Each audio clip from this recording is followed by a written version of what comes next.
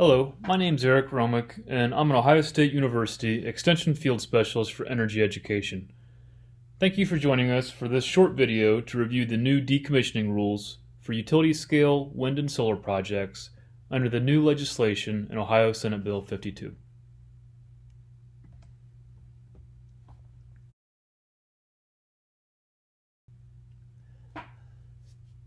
Senate Bill 52, which becomes effective October 11th of 2021, has three primary parts to the bill. First, it focuses on restricted areas and designations. Second is county involvement and review of proposals. These first two sections are covered in previous videos in this series. In today's session, we're really going to focus on decommissioning plans and performance bond requirements for removal and remediation of the projects. It should also be noted that Senate Bill 52 legislation applies to utility-scale wind and solar facilities, and also existing projects that have applications and they're already in the review process may be exempt from the new law depending on where they're at in that review process.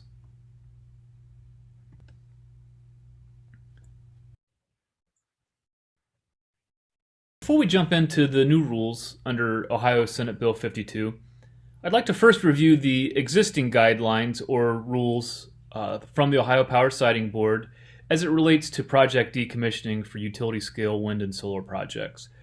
These current guidelines can be found in the Ohio Administrative Code, Section 4906-4-06. So the current rules state that the applicant shall describe the plan for decommissioning a proposed facility, including any discussion of financial arrangements designed to assure that the required funds are available for removal or remediation of the project.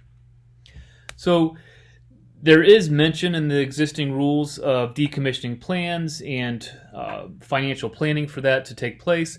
However, there's not a lot of specific guidelines in terms of how that should be done, and that's led to a couple of issues.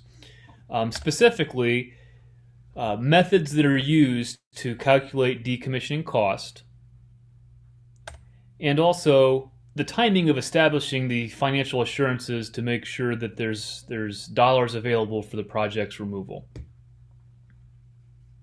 And so we'll look at how the new legislation, how Ohio Senate Bill 52 addresses these two current issues moving forward. So, as described in the introduction, one of the core focus areas of Senate Bill 52 is the focus on decommissioning planning, and specifically looking at Ohio Revised Code Section 4906-21. The new law requires that at least 60 days prior to construction, that the applicant must submit a comprehensive decommissioning plan to the Ohio Power Siting Board for both review and approval. Now, there's a number of conditions that go along with the decommissioning plan. And first is that the plan must be prepared by an engineer who is registered with the Ohio State Board of Engineers and Surveyors. Now, the Power Siting Board has the right to reject an engineer that's selected by a developer and thus requiring them to select another engineer that would be qualified. In addition, the plan must specify all of the responsible parties involved in the decommissioning process, a detailed schedule of all decommissioning activities, and a detailed estimate of the full cost of decommissioning the site. And finally, it calls out that all decommissioning activities must be completed within 12 months of the date when the utility facility ceased operations.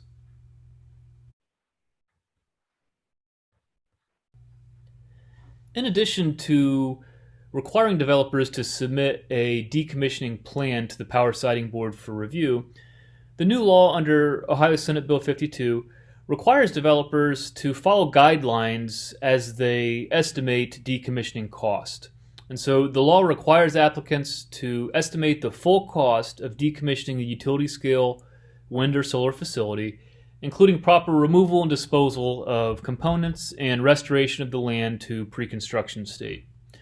So a couple of things to focus on with this is first looking at this idea of full decommissioning cost and why is that necessary. So as mentioned earlier, one of the current issues under the previous rules was that there was a lot of plans that were using net decommissioning cost as the cost of removal.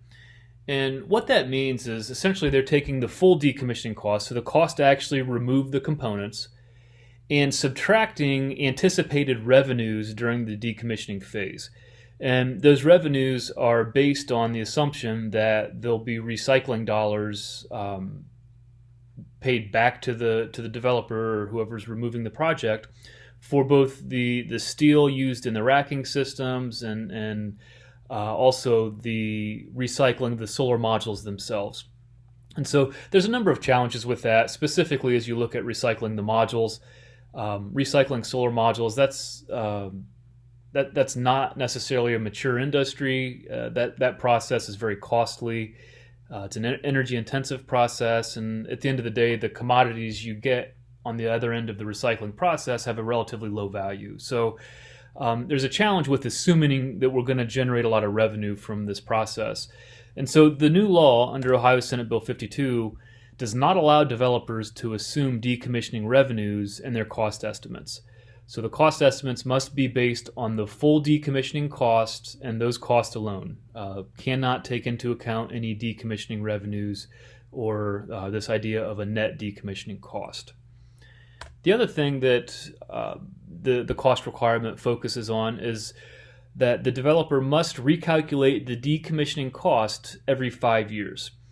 And so, as the initial costs are identified in the decommissioning plan that was submitted to the siting board for review, every 5 years they must have an engineer registered in the state of Ohio re-estimate those costs to make sure that they're current with times. The last thing I'd like to point out is this idea of pre-construction state. This is something that is, it's somewhat new to this language compared to the previous rules. But instead of just decommissioning and I guess essentially de-energizing the system and removing the components, the new law is going a step further to say that it needs to make sure that the cost includes the restoration of the land to the previous construction state. However, there's no guidelines in terms of how to establish that pre-construction state. So it's really important that the landowners work through that process and the lease agreement or the lease negotiating phase to make sure that there's guidelines in terms of how are we establishing a baseline of what is pre-construction state of this property.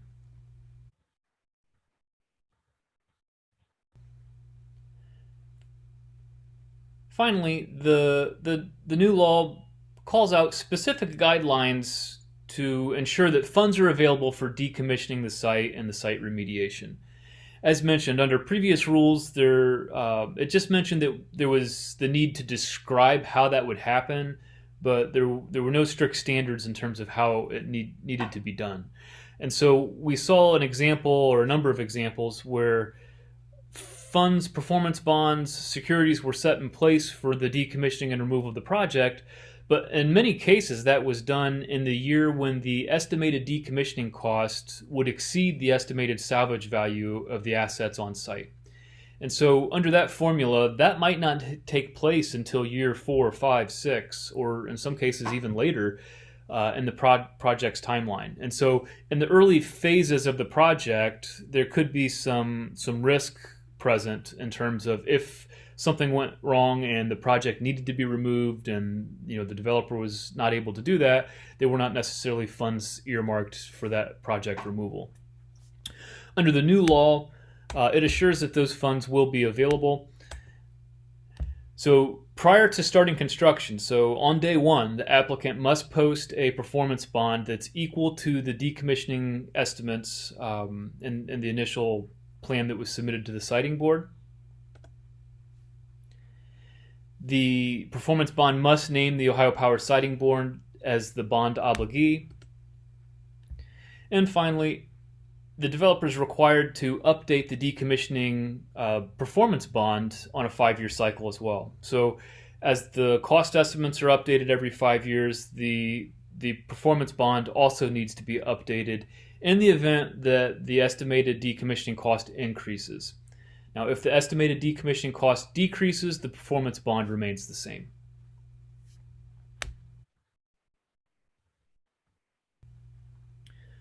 For additional resources and information on the new Ohio Senate Bill 52 legislation, please visit our websites.